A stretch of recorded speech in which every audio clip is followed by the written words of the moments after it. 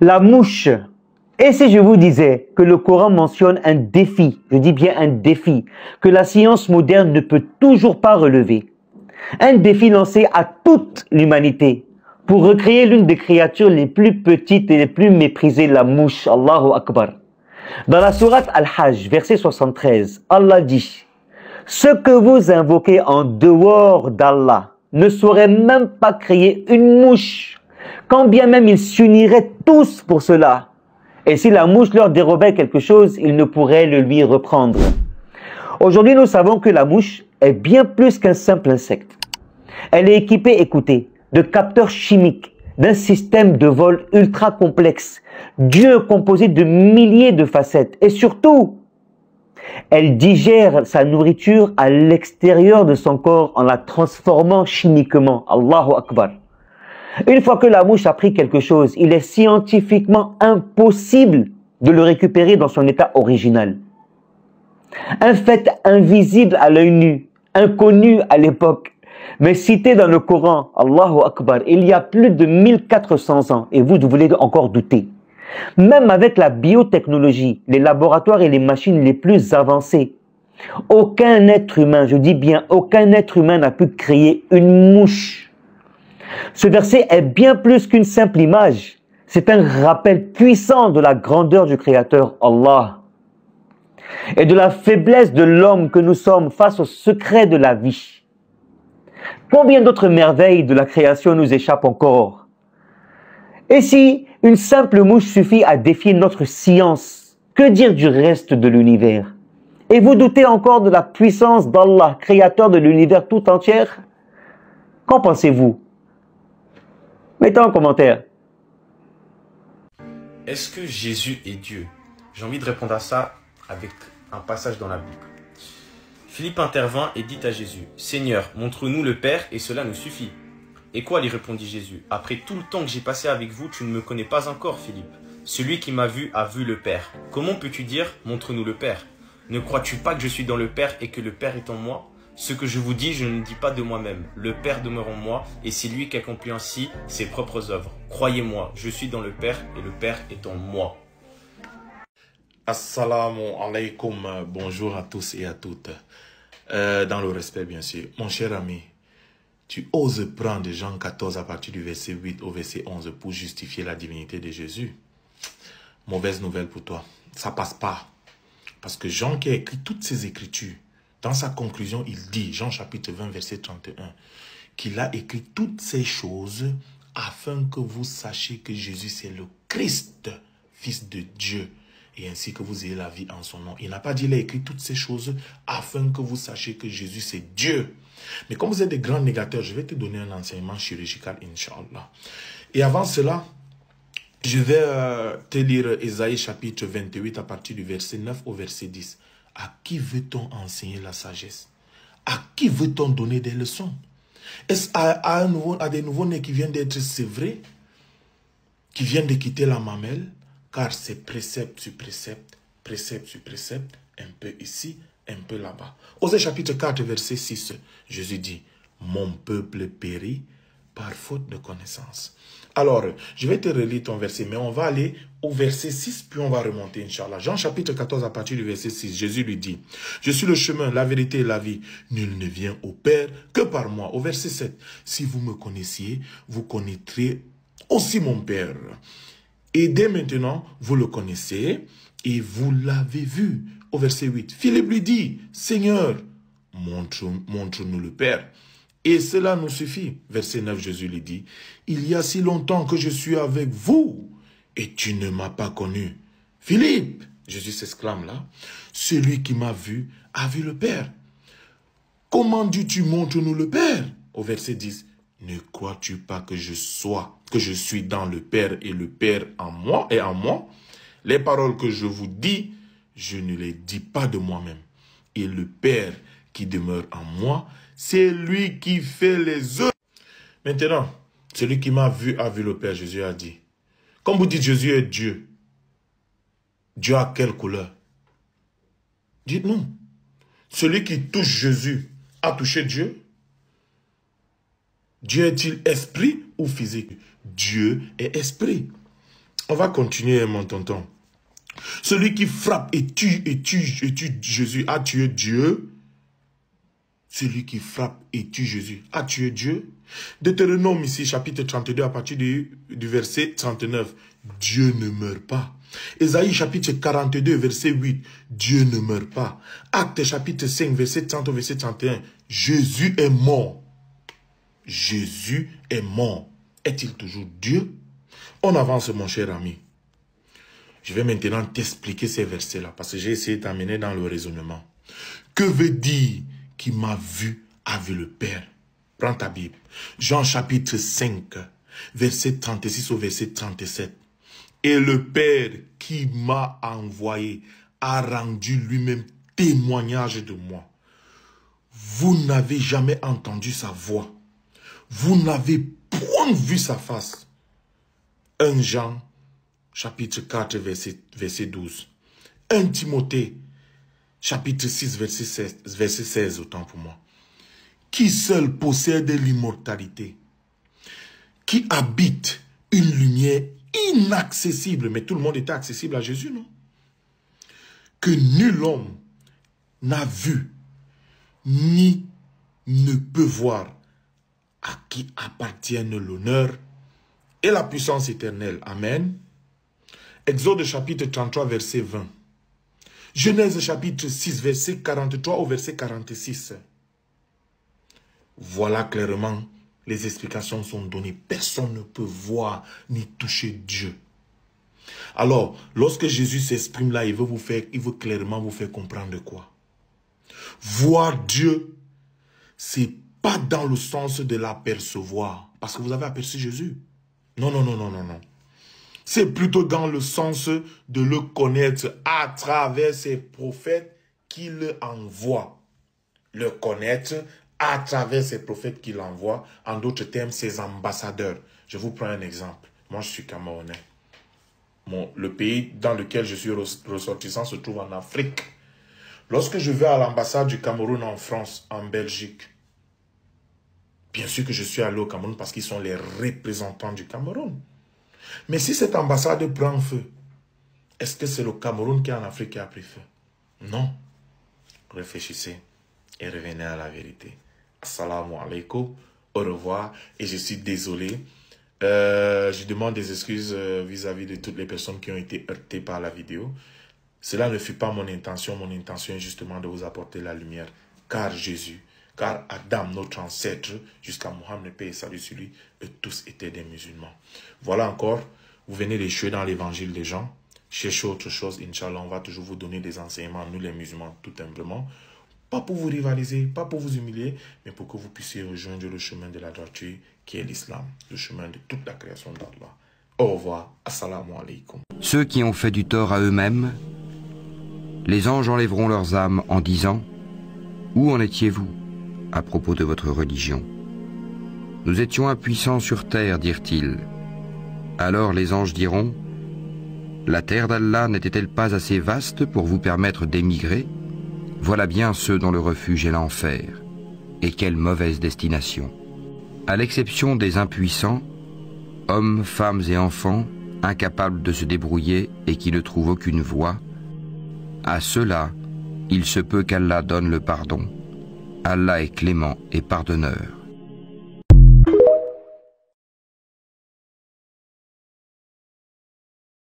Le Coran est un livre qui a été révélé il y a plus de 1400 ans. Grâce aux nouvelles connaissances dans le domaine scientifique, force est de constater que ce livre, siècle après siècle, nous réserve encore bien des secrets. Il y a un verset dans le Coran qui devrait pousser chaque personne douée de raison à la réflexion. Il s'agit du verset 4 de la sourate 75. Allah nous dit « Mais si nous sommes capables de remettre à leur place les extrémités de ses doigts, pourquoi pas le cœur ou encore les reins qui sont des organes bien plus complexes à reconstituer ? Tout simplement parce que l'extrémité des doigts contient l'empreinte digitale qui est unique et propre à chaque individu. Et c'est seulement en 1892 que l'anglais Francis Galton étudie les empreintes digitales et démontre que leur dessin est unique et reste inchangé tout au long de la vie. Il a publié en 1892 Fingerprints, un ouvrage fondamental qui pose les bases scientifiques de l'identification par empreinte. Inutile de préciser qu'il y a 1400 ans, il n'y avait aucune connaissance ni aucune technologie qui aurait permis une telle découverte. Alors miracle ou coïncidence, Allah nous dit « Nous leur montrerons nos signes dans l'univers et en eux-mêmes, jusqu'à ce qu'il leur devienne évident que c'est cela, la vérité. » Nous, on avait un gars là à l'hôpital, il ne faisait que répéter là, il y avait son voisin de chambre qui dit, lui, il ne va pas mourir maintenant. Le jour où il n'a pas pu répéter, il était là, sa langue ne bougeait pas, il ne pouvait pas dire là. Son voisin de chambre dit, c'est aujourd'hui, là, lui, il va mourir. Et effectivement, c'est aujourd'hui, il est mort. C'est pour vous dire que ça, c'est mystique. Il n'y a pas une affaire de non, tu es trop intelligent, mais tu as bossé les versets coraniques. C'est là ce matin, t'a donné la grâce de te rappeler de ça là, au moment de ta mort. C'est que c'est un signe vraiment que tu es mort dans de bonnes conditions. Ça ne signifie pas notamment que quelqu'un qui n'a pas pu réciter, parce que souvent aussi, il y a des gens qui n'arrivent pas, mais dans le cœur, alhamdoulilah, ils ont ça. Mais souvent, là, ce matin-là, donne ces signes-là pour réconforter aussi les gens qui sont autour. Quand l'ange de la mort se présente, ou bien les personnes, les anges qui viennent retirer ton âme se présentent, en ce moment-là, je vous assure, il n'y a plus de négociation. Il faut avoir bachelor en commerce, il faut avoir master en négociation, ou bien il faut être vraiment quelqu'un, marketing, tu es au top. Mais en ce moment-là, quand l'ange de la mort décide de faire son travail, il n'y a plus de négociation qui soit possible. C'est un chemin de non-retour. Et c'est ce qui fait peur. Parce qu'en ce moment-là, tout le monde va regretter. Le prophète alayhi salam dit que si le fils d'Adam passait toute sa journée, ou bien toute sa vie, c'est-à-dire de sa naissance jusqu'à sa mort, prosterné pour Allah subhanahu wa ta'ala, le fils d'Adam va regretter pourquoi il n'a pas fait plus au jour du jugement. Donc c'est une façon de dire que nous tous on va regretter. Il n'y a pas une personne qui ne va pas regretter. Quel que soit le degré de spiritualité que tu as pu avoir, tu vas regretter pourquoi tu n'as pas fait plus. Mais ce qui est intéressant et ce qui est mieux, c'est de regretter dans le positif. Où tu te dis, bon, c'est vrai que tu as déjà le paradis, mais peut-être même tu aurais pu avoir plus, tu aurais pu avoir peut-être une place à côté du prophète alayhi salam. Donc ça, ce regret-là, c'est bon. Mais le regret où tu ne peux plus te retourner, où l'ange, les Munkar et Nakir, vont venir te poser des questions. Et cette fois-là, ce n'est pas en fonction de ta raison que tu vas répondre. Hein. Faut bosser arabe, faut bosser tes cours pour dire, bon, tu vas répondre Allah, Allah, Allah. Mais quand ils vont te poser des questions, là, si tu n'as pas vécu en conformité des injonctions qu'Allah avait fait descendre, automatiquement, tu ne pourras pas répondre. Mon père, comment être sûr que le Coran ne dise pas la vérité sur la vie de Jésus? Comment être sûr que les évangiles soient fiables? Vous êtes beaucoup à me poser cette question et pourtant, vous allez le voir, la réponse est assez simple. Les musulmans, eux, font confiance à un texte qui a été écrit 6 siècles après la vie de Jésus. C'est comme si moi, j'écrivais aujourd'hui la vie de quelqu'un qui aurait vécu vers 1400. Et bien qu'il produise un récit pareil à lui, le Coran, s'ils sont véridiques, est-ce que celui qui se fonde sur une preuve évidente, le Coran, venant de son Seigneur, et récité par un témoin, l'archange Gabriel, de sa part, cependant qu'avant lui, Mohammed, il y a le livre de Moïse, tenant lieu de guide et de miséricorde, est meilleur, ou bien celui qui ne se fonde sur aucune preuve valable? Cela y croit, mais quiconque entre les factions n'y croit pas, aura le feu comme rendez-vous. Ne sois donc pas en doute au sujet de ceci, le Coran. Oui, c'est la vérité venant de ton Seigneur, mais la plupart des gens n'y croient pas. Dans ce processus, j'ai commencé avec une conviction totale, puis j'ai appris l'origine de la Bible. Quand on examine comment on sait ce que Moïse, Jésus ou les prophètes ont dit. Famille, vous aviez été des centaines de personnes sur les différentes plateformes à me demander la suite. Je les ai répartis en 4 parties. Ça, c'est la 2e. Si vous voulez encore la suite, la 3e, n'hésitez pas à me mettre en commentaire. On écoute. On regarde les copies et les documents historiques. Étonnamment, il n'y a pas de manuscrits originaux du Nouveau Testament en araméen, la langue de la Palestine à l'époque de Jésus. Il n'y a pas de documents en hébreu, bien qu'il fût juif, et ils conservaient leur message antérieur en hébreu. Donc, on n'a rien en hébreu, rien en araméen. Les seuls documents qu'on a sont en grec, et plus tard en latin. Et on a 10 000 copies de chacun de ces livres, Matthieu, Marc, Luc et Jean. Pourtant, aucune copie n'est identique. C'est explicable, mais pour moi, ce n'était pas une preuve très convaincante. Certains le peuvent. Cependant, En étudiant davantage, on découvre d'autres livres aussi anciens et authentiques, non inclus dans la Bible. En fait, la Bible catholique et la Bible protestante sont différentes. Bref, après 2000 ans de christianisme, certains auteurs bibliques restent inconnus. En apprenant l'historicité de la Bible pour convaincre les autres, je commence à avoir des doutes. J'apprends l'inconnu et ma certitude se transforme en scepticisme croissant. Ce processus continue jusqu'à ce que je sois frustré que ça empire au lieu de s'améliorer. Plus j'avance, plus je m'éloigne. Par esprit de revanche, je demande à mon ami musulman de me parler du Coran. Quelle est son historicité? Il apporte un livre sur la sira du prophète, le contexte du Coran. J'étudie les sources islamiques sur le Coran et je conclus vite que son historicité est unique. Son historicité est simple, non? Ça ne le rend pas vrai, mais authentique. Les deux livres différaient et le Coran n'avait pas ses soucis. J'étais plus troublé. Je me disais, ça n'aide pas. J'espérais qu'on soit tous d'accord pour passer à autre chose. Mais non. En lisant plus de brochures de Dida, l'une parlait de Mahomet dans la Bible. C'était un petit tract disant « Mahomet est dans la Bible ». Pourquoi n'y croyez-vous pas? Je me dis, j'ai été à l'église toute ma vie. J'ai parlé, écouté des gens, jamais entendu son nom une seule fois, rien de bon, rien de mauvais. Il n'a jamais été mentionné, quel que soit le sujet. Je ne le vois nulle part dans cette Bible. Je débat avec les livres de Didat. Il m'a lancé un défi. Donc, si on demande à un chrétien de prouver que Jésus est qui ils disent, il citerait l'Ancien Testament et dirait, regardez, il est mentionné ici. Il y aura un prophète qui fera ceci. Il viendra de cette région. Il fera ceci et cela. Et il correspond parfaitement, non? Alors comment peut-on le rejeter? Mais Jésus n'est jamais nommé dans l'Ancien Testament. Il n'y a aucune mention de Jésus par son nom. Chaque fois que je comparais les deux, je préférais l'explication de Didat à celle des chrétiens. Il devient, à mon avis, évident que la Bible, de la Genèse à l'Apocalypse, parle de ce prophète. Elle mentionne d'où viendra ce prophète, ce qu'il fera, comment. Tout ce qui est important dans la vie du prophète est dans la Bible. J'ai trouvé ça très troublant d'une part. Mais d'autre part, peut-être que c'est moi le musulman confus. J'ai maintenant 50 à 100 versets bibliques clairs qui doivent parler du prophète Mohammed. HMD en hébreu, similaire à l'arabe, serait Ahmed. L'Ahmed des nations viendra, sa maison sera plus grande, passant de Jérusalem à la Mecque. Deutéronome 32, 1, 3 dit « Dieu vint du Sinaï, se leva de Séhir, Palestine, brilla du mont Paran. » Si Dieu vint du Sinaï, c'est une référence directe à Moïse. S'il se leva de Séhir, le ministère de Jésus dura 3 ans en Palestine. Très clair à qui cela fait référence. Qui a brillé du mont Paran, n'est-ce pas? Il vint avec 10 000 saints, une loi ardente à la main. D'accord. Qui cela pourrait-il être? Eh bien, où est Paran, d'accord? Les gens en débattent, mais c'est très clair dans la Bible.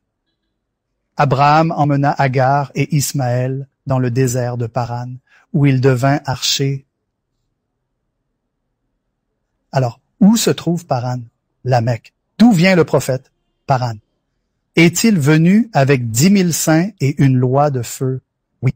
Le Coran dit qu'il connaissait Mahomet mieux que, ou il reconnaîtrait Mahomet plus facilement que leur fils. Les révélations étaient si claires et parfaites qu'il faut les ignorer pour le rejeter. Ça devient alors une question de Jésus, si important dans le christianisme. Je veux dire, il est la religion. La religion parle de lui et est dirigée à travers lui. En tant que chrétien, on se dit, comment abandonner Jésus? C'est inconcevable. C'est impossible. J'ai appris que Didat a écrit Jésus, un prophète de l'islam. Je me dis, non, il ne l'est pas. C'est un chrétien. Mais on comprend le point de vue musulman. Tout ce qu'il a fait, on est d'accord. Sa vie, ses miracles, sa naissance, tout. Mais on ne pense pas qu'il est Dieu. Alors, est-il Dieu ou ne l'est-il pas? Donc, quand on en est arrivé là, c'était clair comme de l'eau de roche. Ces deux religions sont quasi identiques, sauf pour le salut.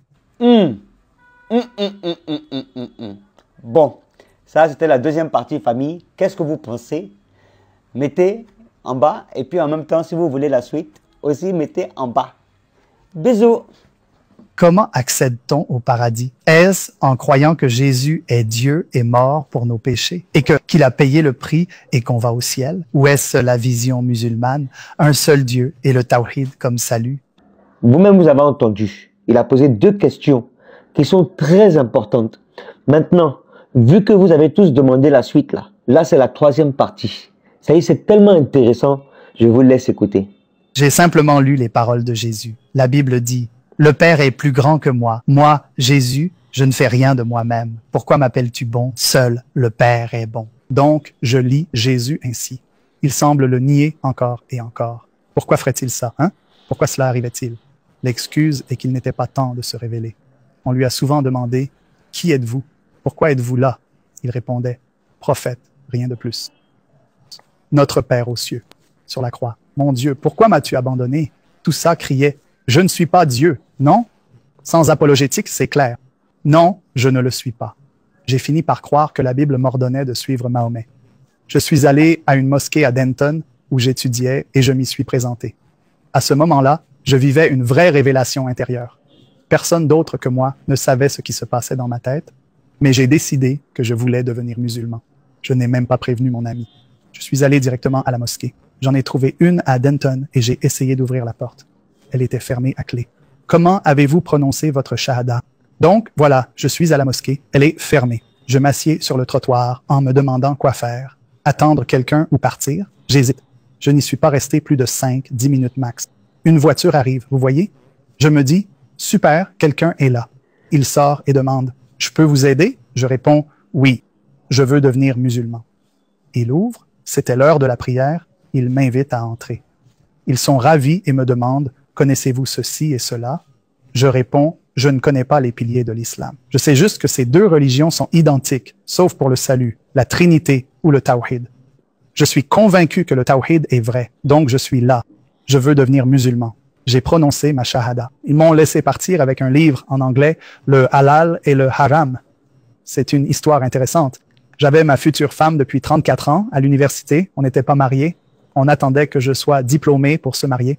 On sortait ensemble depuis 3 ans, fiancés. Le mariage était prévu. Je faisais toute cette réflexion mentale. Elle pensait que j'allais devenir pasteur baptiste. Moi, j'avais décidé de devenir musulman, vous voyez? Mais je n'en parlais à personne. Je gardais tout ça pour moi tout le temps. Quand je vais à la mosquée, fais la shahada et rentre, je dis: j'ai quelque chose à te dire. Elle dit: quoi? Je vais être musulman. Tu sais, j'ai fait la shahada. Je suis devenu musulman. Son visage m'a fixé, passant de la joie au quoi. Qu'as-tu fait? J'ai dit: je suis devenu musulman. Elle a dit: pourquoi? Et s'est mise à crier, s'énerver, disant: je ne sais pas. D'où ça sort, ça? Je ne vais pas. Et elle a commencé à lister tout ce qu'elle ne ferait jamais. Je lui dis: calme-toi, sois juste heureuse pour moi. Je m'en fiche de ce que tu fais, hein? C'est pour moi. Elle s'est alors calmée. J'ai pris ce livre, le halal et le haram, tu vois? En lisant, j'ai vite appris que les musulmans ne pratiquent pas le riba, l'intérêt. Or, j'avais un diplôme en finance, spécialisé dans les taux d'intérêt, faire de l'argent avec l'argent. Et je ne serai plus pasteur baptiste. Alors je me dis: que vais-je faire? Je cherche n'importe quel boulot et je suis embauché comme commercial en transport routier. J'appelle des entreprises: utilisez nos camions pour expédier vos produits. OK? Au début, pour avoir un revenu, j'ai lu dans The Halal and the Haram: les musulmans ne mangent pas de porc. Je me suis dit: Pour les chrétiens, le porc était mauvais. Mais après Jésus, tout est devenu pur. J'ai donc grandi en mangeant du porc. Mais les musulmans, eux, n'en mangent toujours pas. J'ai dit à ma femme: j'ai appris un truc. Elle demande: quoi? Je réponds: les musulmans ne mangent pas de porc. Donc quand tu cuisines, n'en mets pas pour moi. Laisse-le de côté. Elle me regarde tristement, un peu contrariée, comme si j'avais rejoint une secte. Elle dit: je ne ferai pas ça. Et elle continue à énumérer ce qu'elle ne fera pas. J'ai dit: ne t'inquiète pas pour toi, fais ce que tu veux. Laisse-moi juste être heureux. Plus loin, j'ai lu: les hommes musulmans ne portent pas d'or. J'avais déjà choisi une alliance en or. Je lui ai dit: on peut changer pour de l'argent. Elle a jeté sa bague de fiançailles en disant: je ne vais pas. Elle s'énerve, puis se calme. Puis, jamais. Je dis: OK. Mais elle le ressent. Bref, on a fini par... Je l'ai convaincue d'aller à la mosquée pour un mariage islamique et j'ai fait le mariage à l'église comme prévu. Donc 2 mariages. Mais elle me tolérait simplement. Elle m'aimait, mais trouvait mon comportement étrange. J'ai rencontré la communauté musulmane d'Omaha qui m'a accueilli. Ils m'ont traité comme une célébrité. Genre, t'es blanc, t'es musulman, on t'adore. J'étais ravi de trouver une bibliothèque à la mosquée avec des livres sur les religions, des vidéos de dawa, des débats, bref, plein de trucs intéressants. J'ai commencé à emprunter, lire, puis dire à ma femme, « Regarde ce que j'ai appris. » Elle écoutait un moment, puis au bout de 5-10 minutes, « Ça suffit, j'en ai assez, j'arrête. Laisse-moi tranquille. » Mais un jour, je rentre chez moi, après des mois de lecture, de vidéos et d'autres activités. Je suis tout excité. Je suis musulman. Et elle remarque des changements en moi, tu vois. Ça ne la menace pas, elle observe simplement. Elle dit, « Je veux rencontrer d'autres musulmans. » Vous avez entendu? C'est-à-dire que, en fait, je ne sais pas comment je vais vous expliquer. Je vous laisse vous-même l'explication. Hein. Moi, je ne vais pas rentrer dans le débat. Je vous laisse l'explication.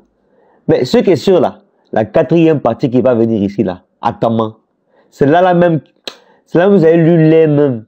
On peut faire ça? Ah! Ouais. Non. Dieu. Dieu.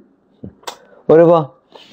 Le miracle scientifique des fourmis dans le Coran. Dans la sourate Namel des fourmis, sourate 27, verset 18, le Coran nous décrit une scène étonnante. Une fourmi dit, « Ô fourmis, entrez dans vos demeures, de peur que Sulayman et ses armées ne vous écrasent sans s'en rendre compte. » Ce verset révélé au 7e siècle mentionne une fourmi qui prévient les autres d'un danger. Subhanallah. Ce qui semble anodin contient en réalité des vérités scientifiques majeures que l'humanité n'a découvertes que plus de 1200 ans plus tard. Je dis bien 1200 ans plus tard. D'abord, la communication entre fourmis. Ce n'est qu'en 1960, grâce aux travaux de Edward O. Wilson, biologiste américain et fondateur de la sociobiologie, que les scientifiques découvrent que les fourmis utilisent des phéromones pour s'alerter, se guider et organiser toute leur société.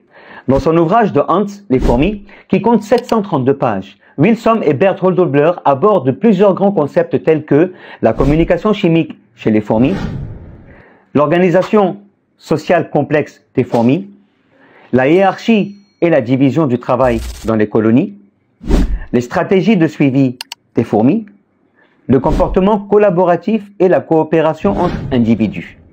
Désolé pour le temps des captures, mais mettez pause si vous êtes intéressé à lire. Ensuite, un détail linguistique du verset. En arabe, le mot pour fourmi ici est féminin, namla. Ce sont les fourmis femelles, les ouvrières, qui construisent, défendent et communiquent dans une colonie. Oui, vous avez bien compris. Les mâles ne vivent que pour la reproduction. Ce fait biologique n'a été confirmé qu'au XXe siècle. Enfin, le verset évoque une fourmilière organisée, avec une structure sociale complexe, ce que Wilson et Holdobler ont décrit en détail dans The Ants. Ce livre démontre que les fourmis agissent comme un super organisme, avec des rôles très définis et une coordination remarquable, subhanallah. Alors une question se pose. Comment un homme du désert, au 7e siècle, aurait pu savoir cela, sans aucun outil scientifique? Hasard ou révélation divine? Qu'en pensez-vous? Mettez en commentaire.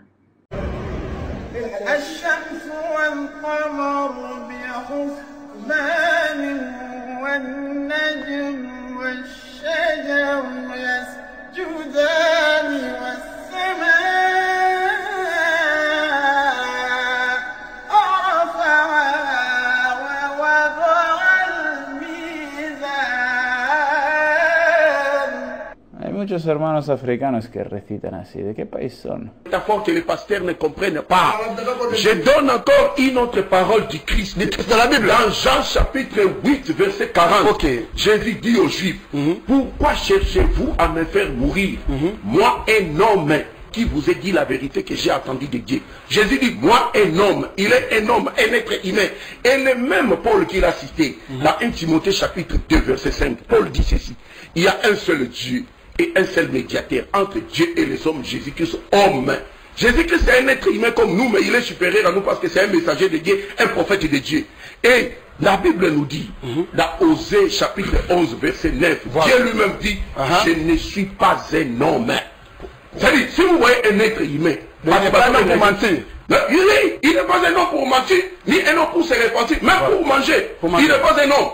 Dieu ne peut pas devenir un homme, mon frère. Dieu nous dit dans Jérémie chapitre 18, verset 6, si les mêmes que les potiers manipulent l'argile entre ses mains, et moi Dieu, je vous manipule comme le potier manipule l'argile dans ses mains. Si le potier ne peut pas se transformer en argile, pour comprendre la qualité de l'argile, à combien plus forte raison le Dieu créateur, qui a créé toutes choses par le souffle de sa bouche, qui est venu sur la terre, arrêté par ses propres créatures, ligoté, crucifié sur la croix, tué à la croix, et le même Dieu qui crie à la croix, mon Dieu, pourquoi m'as-tu abandonné? Oui, il est Dieu, il crie encore un autre Dieu. Non, la doctrine est on vous revient. Non, on vous répète cette minute. Je vais répéter le verset de la parole. 30 secondes. Vous voyez, il a mal interprété ce verset. Il a mal interprété ce verset. Il a mal interprété ce verset. 30 secondes. Jésus-Christ. C'est Dieu lui-même le fait. 10 secondes déjà. C'est-à-dire Apocalypse chapitre 1 verset 1. Le livre de l'Apocalypse, dans son introduction, il dit ceci. Voici la révélation de Jésus-Christ que Dieu lui a donné. Qui a donné à l'autre? C'est Dieu qui a donné à Jésus ou c'est Jésus qui a donné à Jésus? Voilà. Apocalypse, je termine. Non, vous ne terminez pas. Vous ne terminez pas. Jésus dit, c'est lui qui fait une colonne. Jésus-Christ est-il Dieu ou pas, mesdames et messieurs, comprenez, il a toujours des choses à dire. L'homme de tant de choses à dire, Mohamed Kassongo, comprenez ses précisions. Il fait le mélange entre la Bible et le Coran, pourvu que le pasteur Daniel a répliqué. J'ose croire, comme l'a dit la Bible, car Dieu a tant aimé le monde. Il a envoyé son fils. Il a envoyé. Enfin, quiconque croit à lui ne périsse jamais. Mais le verset plus que clair. Mais pasteur, toujours mis. Attends de parler. Des fois, quand je n'avais pas naïo, il y a plus d'assurance. Mais quand je rentre chez Mohamed, je suis terrassé. Pourquoi je me perds comme les téléspectateurs? Mesdames et messieurs, nous vous comprenons. Muhammadur Rasulullah والذين معه أشداء على الكفار رحماء بينهم تراهم ركعا سجدا يبتغون فضلا من الله ورضوانا سيماهم في وجوههم من أثر السجود ذلك مثلهم في التوراة ومثلهم في الإنجيل كزرع أخرج شطأه فآزره فاستغلظ فاستوى على سوقه يعجب الزراع ليغيظ بهم الكفار وعد الله الذين آمنوا وعملوا الصالحات منهم مغفرة وأجرا عظيما. Le prophète sallallahu alayhi wa sallam nous dit la meilleure des invocations, la meilleure. Il dit c'est quoi? Allahumma inni as'aluka al-afwa wal-afiyah. C'est compliqué ou pas? C'est la meilleure des invocations. Oh Allah, je te demande al-afwa, que tu effaces tous mes péchés, wal-afiyah, la préservation du cœur et du corps. Donc si tu as la bonne santé physique et la bonne santé du cœur, qu'est-ce que tu veux de plus? وإذ قال إبراهيم رب اجعل هذا البلد آمنا واجنبني وبني أن نعبد الأصنام رب إنهن أضللن كثيرا من الناس فمن تبعني فإنه مني ومن عصاني فإنك غفور رحيم. Marie est la mère de Dieu. Mais comment pouvez-vous dire ça? Comment pouvez-vous vous prosterner devant une croix, devant un homme, devant des statues? C'est l'une des pires choses que Dieu déteste. L'avodazara, un service étranger. Il faut servir le Dieu unique, non pas servir soi-disant des intermédiaires qui parlent en son nom et qui font un business sur son nom. Alors Dieu laisse faire, vu que nous avons le libre arbitre. Mais tout de même, mettez un petit peu de conscience dans votre croyance. Comment Dieu aurait une mère, un père, un fils. Enfin, vous rabaissez Dieu à ce point-là? Vous êtes en train de faire croire à l'humanité depuis des siècles toute cette bêtise? Non. Idolâtrie. Voilà quelle est la religion chrétienne pour le peuple juif. Liberté d'expression, liberté de pouvoir aussi critiquer les religions. J'espère que vous l'accepterez. Il a voulu ôter la vie à Allah et est à cause d'un moustique. Namrud ibn Canaan, Nimrod fils de Canaan, est souvent identifié comme un roi babylonien tyrannique. Il aurait régné sur une grande partie de la Mésopotamie, notamment Babylone. Selon certains récits israéliyates, récits issus des traditions juives, intégrés dans la littérature islamique, il était le premier roi à régner sur la terre entière après le déluge de Nouh, le prophète Noé, alayhi salam. Namrud prétendait être un dieu. Il faisait croire à ses sujets que c'est lui qui donnait la vie et la mort. Il ne tolérait aucune remise en cause de son autorité. Il forçait les gens à l'adorer et se rebellait ouvertement contre Allah. Subhanallah. Le moment le plus célèbre est son débat avec le prophète Ibrahim alayhi salam qui appelait son peuple à l'adoration du Dieu unique, Allah. La sourate Al-Baqarah, chapitre 2, verset 258. N'as-tu pas vu celui qui argumenta avec Abraham au sujet de son Seigneur parce qu'Allah lui avait donné le pouvoir? Abraham dit, mon Seigneur est celui qui donne la vie et la mort. Il dit, moi aussi je donne la vie et la mort. Abraham dit, Allah fait venir le soleil de l'Orient. Fais-le donc venir de l'Occident. Et le mécréant fut confondu. Allah ne guide pas les injustes. Subhanallah. Namrud pensait pouvoir donner la vie ou la mort en libérant un prisonnier ou ôtant la vie d'un innocent, croyant rivaliser avec Allah. Mais Ibrahim alayhi salam démontra la toute-puissance d'Allah par un argument cosmique, le lever du soleil.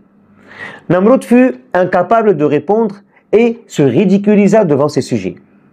Furieux de ne pas avoir pu vaincre Ibrahim alayhi salam par le discours, Namrud ordonna la construction d'un immense bûcher, le jet d'Ibrahim dans le feu via la catapulte. Chapitre 21, Al-Anbiya, les prophètes, versets 68-70. Ils dirent, brûlez-le et secourez vos divinités si vous devez agir. Nous dîmes, ô feu, sois pour Abraham alayhi salam fraîcheur et salut. Ils voulurent ruser contre lui, mais ce sont eux que nous rendîmes les plus grands perdants. Le feu devint froid et paisible, et Ibrahim alayhi salam sortit indemne par miracle d'Allah. Les détails de la mort de Nimrod ne sont pas dans le Coran, mais sont transmis dans les tafsirs exégèses comme ceux de Ibn Khatir. Allah envoya un moustique minuscule. Il entra dans la narine de Nimrod et se logea dans son cerveau. Subhanallah. Le roi souffrait horriblement. La seule chose qui le calmait était de se frapper la tête. Il continua à souffrir ainsi pendant des années, jusqu'à ce que le moustique par la permission d'Allah. Vous savez, l'orgueil est l'un des plus grands péchés. Il pousse l'homme à refuser la vérité. Un peu comme ce que vous faites en commentaire, vous savez de qui je parle. Allah donne le pouvoir à qui il veut, mais il peut le retirer en un instant, un seul instant il le retire. Aucune force humaine, aucun roi ni tyran ne peut défier Allah sans en payer le prix. Question, penses-tu que l'orgueil est toujours puni, tôt ou tard? Dis-moi ce que tu penses en commentaire. Famille, c'est sûrement l'un des miracles les plus fous du Coran que j'ai découvert. Le chapitre 10, verset 92, dit que Dieu préservera le corps du pharaon comme signe futur. En 1881, on a trouvé le corps de Ramsès II, le pharaon le plus puissant de l'Égypte antique. Son corps a plus de 3000 ans, mais c'est le mieux conservé au monde entier. On voit sa peau, ses cheveux, même la forme de sa bouche et de son nez. C'est dingue. Les scientifiques sont encore stupéfaits de voir comment c'est possible. À Paris, en 1975, le docteur Maurice Bouquet a examiné le corps de Ramsès II. Ils ont trouvé un taux de sel très élevé dans ses poumons. Aussi, ils ont trouvé de la boue dans sa bouche et son nez. Après un examen poussé, ils ont conclu que sa mort n'était pas naturelle du tout. C'était une noyade violente et soudaine, inhabituelle et conforme à l'histoire de Moïse. Et, vous n'allez pas croire, Dr Maurice Bouquet était si stupéfait par cette découverte et si convaincu par la précision du Coran qu'il s'est converti à l'islam. Encore plus fou, quand les scientifiques ont daté le corps de Ramsès II, ça correspondait exactement situant la mort au XIIIe siècle avant Jésus-Christ. C'est précisément l'époque où l'histoire de Moïse et du pharaon aurait eu lieu. Correspondance parfaite. C'est littéralement un miracle vivant qu'on peut constater aujourd'hui. Vous pouvez voir le corps vous-même au musée des antiquités égyptiennes au Caire. Alors, que vous soyez musulman, chrétien, juif ou agnostique, demandez-vous, comment le Coran savait-il que le corps du pharaon serait préservé? Est-ce une coïncidence, les gars? Les chrétiens prient au diable. Bismillahirrahmanirrahim. Tous ceux qui prient le nom de Jésus aujourd'hui, sachez que vous êtes en train d'évoquer le diable en chair et en os. Sachez que vous êtes en train d'adorer la bête du livre de l'Apocalypse. Ouvrons Apocalypse 13, le verset 18. Que celui qui a de l'intelligence calcule le nombre de la bête. Car c'est un nombre d'hommes, et son nombre est de 666. Est-ce que vous saviez que c'est l'esprit de cette bête-là que les chrétiens adorent aujourd'hui sous le nom de Jésus? Continue. C'est ce que vous allez découvrir aujourd'hui. Vous saviez que le nom du fils de Marie, ce n'est pas Jésus, parce que l'ange ne parlait pas français. Lorsque l'ange est venu donner le nom du fils de Marie à Marie et à Joseph, il n'a pas dit que le nom de l'enfant c'est Jésus, parce que Jésus c'est en français, et le français a vu jour au 16e siècle. Or, Marie est un personnage qui a existé au 1er siècle, au moment où le français n'existait pas. Alors que la divinité que les chrétiens adorent aujourd'hui s'appelle quoi? S'appelle Jésus. Or, en numérologie, le nom Jésus correspond au nombre de la bête, soit 666. Suivons cela. Le Jésus que vous invoquez là n'est pas le Jésus fils de Marie, mais ce Jésus que vous invoquez avec 5 lettres, c'est le nom d'un démon. Tout de suite là, voilà pourquoi j'ai apporté mon tableau ici. Ce que vous invoquez là, c'est un démon. C'est pas le fils de Marie que vous invoquez. Je vais vous le prouver. Trop, c'est trop. On ne peut pas accepter. Vous avez ici par exemple ces chiffres. C'est de la Kabbale. Alors, je vais vous démontrer. Oui, justement. Voilà. Vous avez Jésus à 5 lettres. Jésus. C'est 5 lettres. Vous aviez J. Ici, c'est combien? J, c'est 90. J, 90, oui. 90. E. 45. Plus 45. Vous avez S. S, nous sommes à 171. Plus 171. Oui, allez-y. Vous avez S. Vous avez 189. Plus 189. Oui. Calculez-moi ça, vous qui avez des téléphones. Vous aviez S 171. 171, oui, 171. 171. Calculez-moi ça. Ça va vous donner combien? 666. Ça est là. C'est la marque de la bête. Vous voyez? Donc le Jésus que vous invoquez là est égal à Satan. Je vais bien écrire ça ici, vous allez voir. Jésus égal à Satan. Vous rejoignez un peu le pasteur Mbota, apparemment vous travaillez ensemble. Donc Jésus égale Satan. Jésus égale Satan. Comment? Mais ça est là. Mais le 666, vous là-bas, vous les chrétiens, vous dites quoi? C'est pas la marque de la bête? Et les prières adressées à Jésus, en fait, sont n'ont adressées... pas d'effet. Sont adressées à 666. Voilà. Donc Jésus égale Satan. Jésus égale Satan. Alors, comme vous venez de le voir, le nombre de Jésus correspond au nombre de la bête. En d'autres termes, lorsque vous invoquez Jésus, lorsque vous invoquez le nom de Jésus, vous êtes tout simplement en train d'invoquer l'esprit de la bête. Vous êtes tout simplement en train d'adorer le diable en chair et en os. Et malheureusement, c'est ce qui se passe aujourd'hui. Nos chers amis, ils invoquent le diable, ils invoquent la bête sans le savoir. Lorsque vous priez Jésus, vous êtes en train de prier le diable. Répentez-vous avant qu'il ne soit trop tard. À bon entendeur, salut. Oui, parce que tout à l'heure, il parlait des musulmans. Oui. Voilà. Récemment, tu as perdu ton père. Tu as dit que ce sont les musulmans qui t'ont soutenu. Oui, la plupart. La plupart du temps, ce sont les musulmans qui t'ont soutenu, que tu n'as pas vu les chrétiens. Je dis ça pourquoi? Parce que quand j'ai accepté le Seigneur nouvellement, Dieu sait combien d'églises j'ai fait, peut-être plus d'une centaine. Et j'ai vu que peut-être maximum trois personnes, je veux dire 3 têtes des églises. Le reste, j'ai vu personne en fait. Que les musulmans. Oh, pourtant, je les bêtais, c'est l'argent. Hein. Nous, là, on a un problème. Bon, les bêtés, vraiment, quand se revoit, quand quelqu'un vit, il ne mange pas, mais quand il meurt, là, c'est là tonnerre. Donc, il faut dépenser, il faut enterrer son père dignement. Quand même, c'est le père de Clébaï. Exactement. On doit venir manger bœuf. Exactement. Ah, merci beaucoup. Combien de bœufs il y a eu? Il y a eu plus de 7 à 8 bœufs. C'est notre tradition. Oui, c'est vrai, 7 à 8 bœufs. Donc, il faut respecter. Il faut l'argent, il faut les cotisations. Il y a vu qui? C'est musulman. Il préfère tel le nom même des chiffres. Franchement, j'aime Jésus. Oui. Tu aimes les musulmans aussi? Franchement, je les respecte. Non, je les respecte trop, mais Jésus est vivant. À t'entendre, tu es en train de Tu es très déçu du monde chrétien, Claire Bailly. Déçu, oui, mais ce n'est pas Jésus qui m'a déçu. Oui, très déçu. D'accord. Très déçu. Aziz 47, je reviens à toi. C'est pas Jésus qui m'a déçu. C'est pas Jésus. Pour ça, oui. Tu as voulu que les chrétiens s'inspirent de ça. Les gens se sont demandé, mais est-ce que les gens du monde s'inspirent des chrétiens? Ça crée beaucoup de bruit aussi. Ok, je peux expliquer. Vas-y. Ça veut dire qu'au fait, c'est là le problème. Quand j'ai quitté le coupé de Calais, je ne veux pas dire malheur, il fallait que je passe par là. Makosso avait dit bonne arrivée. Là où il y a plus de sorciers même. Là. Ça veut dire que... Makosso? Oui. Ok. Général Makosso. Il a dit, ça dit que là-bas c'est difficile, non? Bonne arrivée. Cette vidéo-là, je l'ai faite. Pourquoi? Au jour d'aujourd'hui, il me raconte le veuille ou pas. Il captive la jeunesse. Qu'est-ce que nous on peut faire pour évangéliser? Toi, tu vas dire quoi, mais tu vas parler quelle langue dans la Bible pour évangéliser? Il captive la jeunesse plus que la religion? Plus que la Bible? Plus que les pasteurs? Non, oui, plus que les pasteurs. Tu penses? Bon, faut me dire, à part Jésus, Kango qui est venu, qui a fait plus de 500 000 personnes, dans Côte d'Ivoire, là, en Côte d'Ivoire ici, qui a rassemblé 40 000 personnes. Je n'ai pas encore vu. Je ne sais pas. Non, dites-moi, peut-être que moi je me trompe. Dites-moi, moi je veux savoir. Je ne sais pas. Non. Peut-être que je ne sais pas, je vous demande. C'est la question, c'est la réponse que je t'ai donnée. On te laisse continuer. Vas-y. Non, est-ce que vous avez déjà vu? Moi, j'ai dit, à part le monsieur qui a fait 500 000 personnes, ça c'est Jésus. Lui, il n'est pas dans ta page. Lui, c'est Jésus, c'est ça? Non, je dis, c'est l'affaire de Jésus. Ah, ok. Donc, il est quitté ailleurs, il est venu. Mais en Côte d'Ivoire, ici, dites-moi, à part ce jeune homme-là, Imra, qui fait chier, les gens font ouh. Nous, il veut dire que nous, on est quittés dans le monde. On sait quoi dire pour pouvoir captiver cette jeunesse-là. Pour évangéliser. Et c'est ce que Makosso a toujours dit. Mais de toute façon, lui, dans sa vie, on peut dire non, il va dans tous les sens, il fait ceci. Mais il y a une vérité, il faut percevoir. Et que moi-même, aujourd'hui, je suis passé par là que je vois. Donc, quand je dis que tout le monde dit on peut faire pour nous aussi, mais il n'y a pas de mal à ça. Si c'est qui est dans le monde pour venir. Mon erreur, c'est que qui était dans le monde pour venir, je me suis coupé de tout le monde.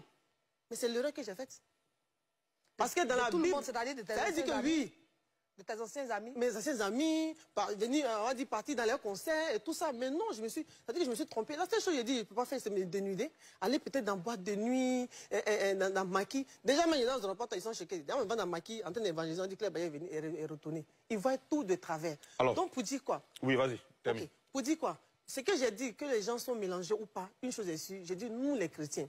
Donc, à chacun de percevoir ce qu'il veut dedans. Voilà, parce que Dieu inspire tout un chacun à donner son évangile. Quand tu regardes dans la Bible, Paul même quand il est venu dire que Jésus, il a croisé Jésus, personne ne le croyait. Pourquoi? Parce que c'est lui qui tuait, parce que c'est lui qui persécutait. Donc, personne n'a oublié de me croire. Parce que ce n'est même pas eux qui me nourrissent. C'est un musulman. Il répète encore, il écrit le nom. Musulman, c'est qui sont dans mon entourage. S'il devait choisir quelqu'un, c'est Jésus. Mais si c'était les religions simples comme ça, basiques, non mais les musulmans, franchement, il n'y a rien à dire. Aziz 47, qu'est-ce qui manque aux hommes de Dieu? Et quand Jésus-Christ dit mon Dieu, pourquoi m'as-tu abandonné? Voilà, c'est une bonne question. Je termine par là. Il a dit que je donne l'écriture de Jésus assis au trône. Jean 3, le verset 11. Verset 11. Permettez s'il vous plaît, sinon je vais mal voyager. Rapidement. En vérité, je te le dis. Nous disons ce que nous savons. Et nous rendons témoignage de ce que nous avons vu. On prêche ce qu'on a vu. Ce n'est pas le Dieu qu'on ne voit pas. Lui, il a vu Dieu où? Qu'il dise, il a dit qui dans son cœur. La Bible dit, et vous ne recevez pas notre témoignage. Alors je vous donne l'écriture de Jésus là où il est bizarre. Si vous ne croyez pas quand je vous ai parlé des choses terrestres, comment croirez-vous quand je vous parlerai des choses célestes? Personne n'est monté au ciel, si ce n'est celui qui est descendu du ciel, le Fils de l'homme qui est encore au ciel. Quand Jésus était sur la terre, gardez ça, M. Roland, tu es mon mot, hein? Jésus, quand il était sur la terre, il était encore en haut. C'est ça qui prouve son omnipotence, son omniscience et son omniprésence. Très bien. Mais ce qui me fait rire même, c'est comment est-ce que les choses sont définies. C'est-à-dire que c'est mélangé. Jusqu'à moi, je suis là, je regarde et je dis, ouais, les gars là sont forts. Comment est-ce qu'ils peuvent... Je sais pas, hein. Mais bon, ce qui est sûr, allons au vif du sujet. Le pasteur Mbota, j'avais fait une vidéo il y a quelques jours où on avait écouté les deux, l'imam Abdul Majid et puis le pasteur Mbota. Ici, là, écoutez bien ce que le pasteur Mbota va dire. Ça va être identique à ce que l'imam disait. Ben, il a compris. Maintenant, vous, je vous laisse aussi écouter. C'est un truc, c'est une histoire rocambolesque digne d'un film de religion. On peut faire ça. Écoutez. Merci beaucoup. Je crois que je comprends un peu votre fièvre et vos émotions. Parce que lorsqu'on est sous l'effet de choc, on délire. Et c'est ça qui est regrettable. Et vous oubliez que vous avez des brebis qui vous suivent et qui vous ont renvoyé ici sûrement. Ils vous ont dit, vous vous êtes fait bâtonner la première fois, allez prendre votre revanche, sinon nous quittons l'église. Et voilà pourquoi vous êtes revenus ici. Mais là, vous avez encore échoué lamentablement parce que vous avez parlé sans rien dire. Alors, voici ce qu'on doit retenir de notre débat. Puisqu'il y a des gens qui ont dit, mais des fois nous débattons, nous ne concluons pas. Ce qu'on doit retenir, c'est que Jésus avait un père qui était aussi son Dieu. Et c'est Dieu ayant d'autres fils qui sont nés de lui par la foi en Yeshua HaMashiach, est devenu alors le père de tous les croyants. Jésus n'est pas venu sur la terre de lui-même. Il n'y a pas un verset. Il n'est pas venu sur la terre de lui-même, mais il a été envoyé par un plus grand que lui. On n'a jamais vu quelqu'un se faire envoyer par lui-même. Ces verbes-là sont écrits dans la parole, ce n'est pas par hasard. Jésus n'aurait pas à prier s'il était Dieu. Il se serait alors prié lui-même, ce qui est absurde et dénué de sens. Parce que prier signifie s'adresser à un être supérieur à soi-même afin d'obtenir recours, d'obtenir une délivrance, d'obtenir un secours. Et la Bible dit que Jésus avait imploré, au jour de sa chair, pendant qu'il était dans sa chair, il a imploré le salut.